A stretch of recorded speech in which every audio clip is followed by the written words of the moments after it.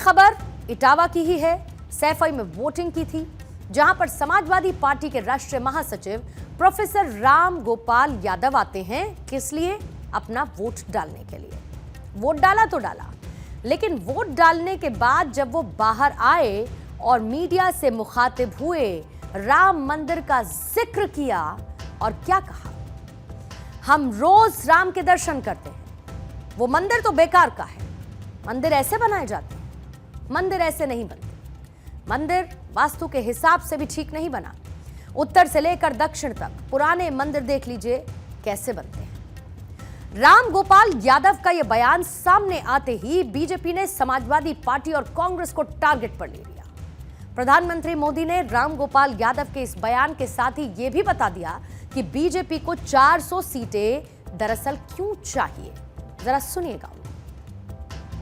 मोदी को 400 सीटें चाहिए ताकि कांग्रेस अयोध्या में राम मंदिर पर बाबरी ताला ना लगा दे। समाजवादी पार्टी हो या कांग्रेस, इन दोनों का जो चरित्र है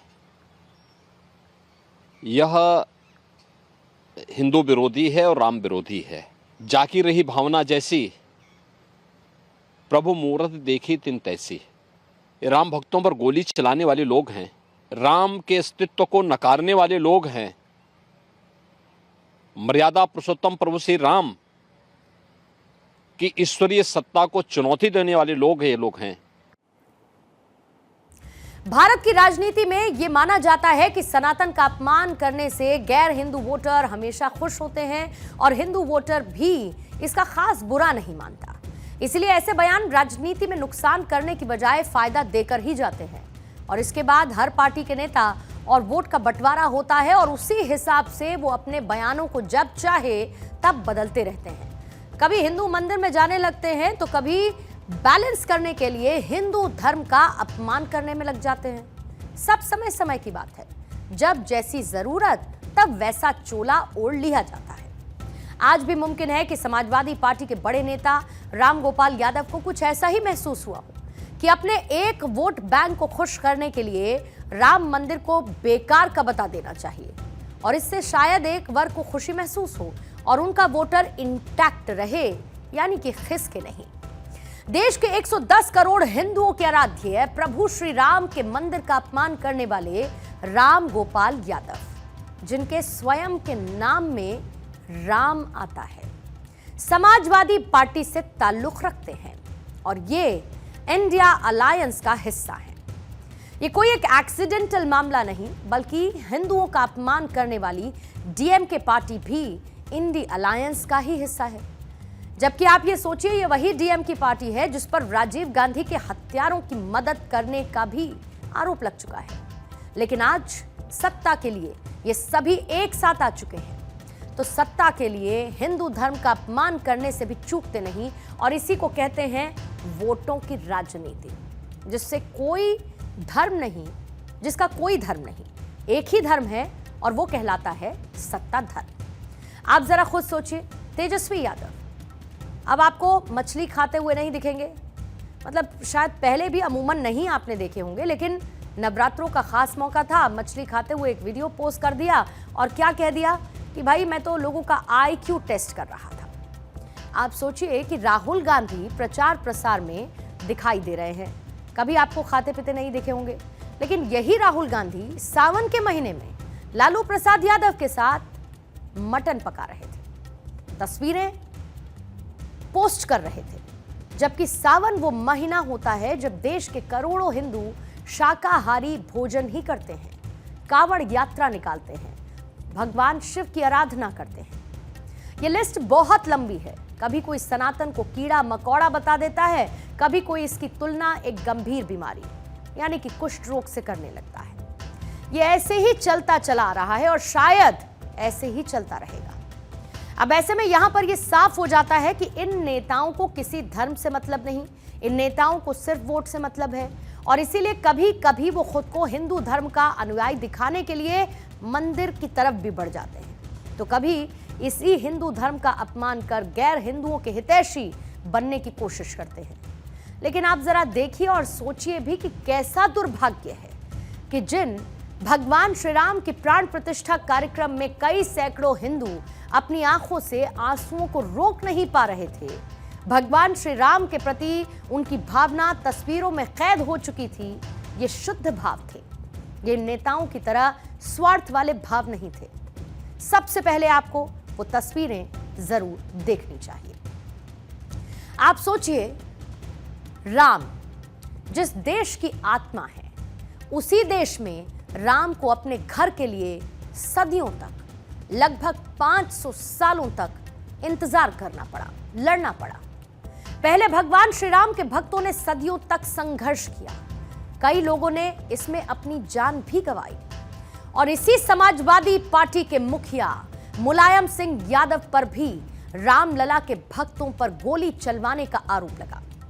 30 अक्टूबर 1990 को जब हजारों साधु संत अयोध्या के लिए कूच कर रहे थे, तभी मुलायम सिंह यादव की सरकार में कार सेवकों पर गोलियां चलाई गई, जिसमें 5 कार सेवकों की मौत हुई थी।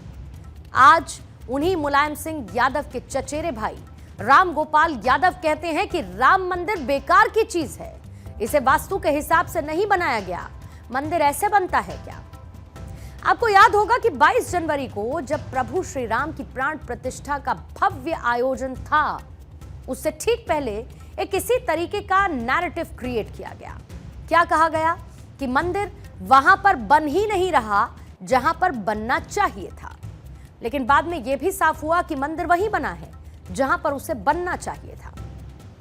अब ये जो पूरा विवाद जो आप सुनते हैं, कभी राम मंदिर की जगह को लेकर सवाल, कभी वास्तु को लेकर सवाल, कभी राम मंदिर को बेकार मंदिर बता देना, या फिर कभी राम मंदिर के अस्तित्व पर ही सवाल खड़े कर देना, उन्हें काल्पनिक बता देना। क्या आपने ऐसा कभी किसी दूसरे धर्म के लिए सुना है?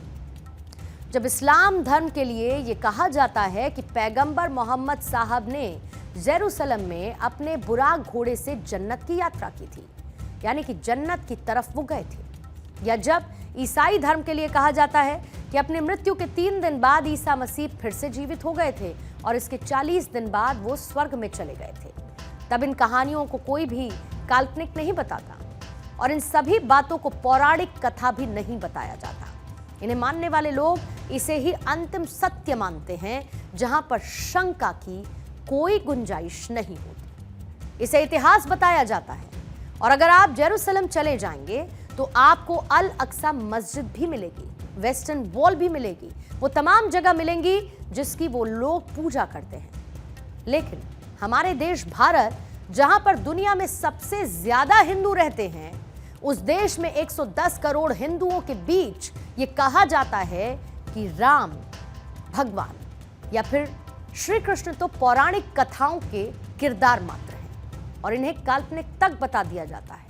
और ये सब कुछ इसीलिए कहा जाता है ताकि इसका फायदा चुनावों में मिल सके, ऐसे बयानों से खास वर्ग को खुश किया जा सके, और यही इनकी राजनीति का हिस्सा भी है। समाजवादी पार्टी लोकसभा चुनाव के दौरान पीडीए की राजनीति के साथ उतरी।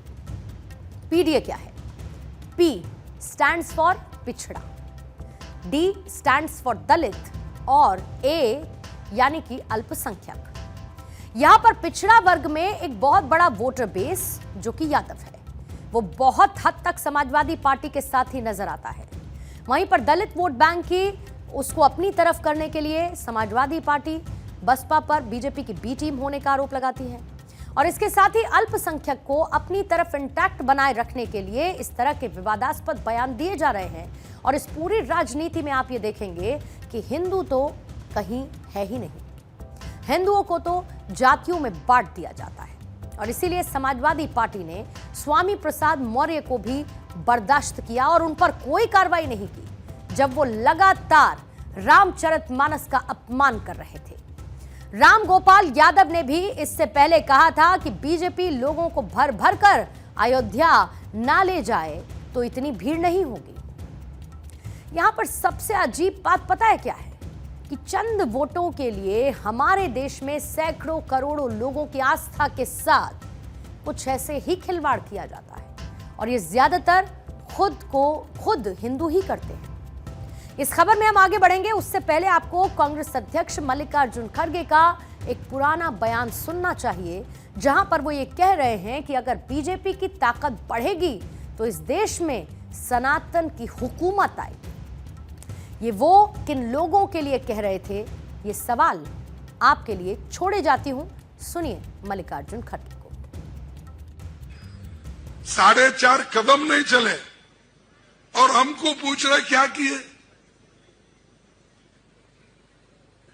और ऐसे मोदी जी को अगर और शक्ति मिलेगी देश में तो समझो फिर इस देश में सनातन धर्म और आरएसएस की हुकूमत आएगी।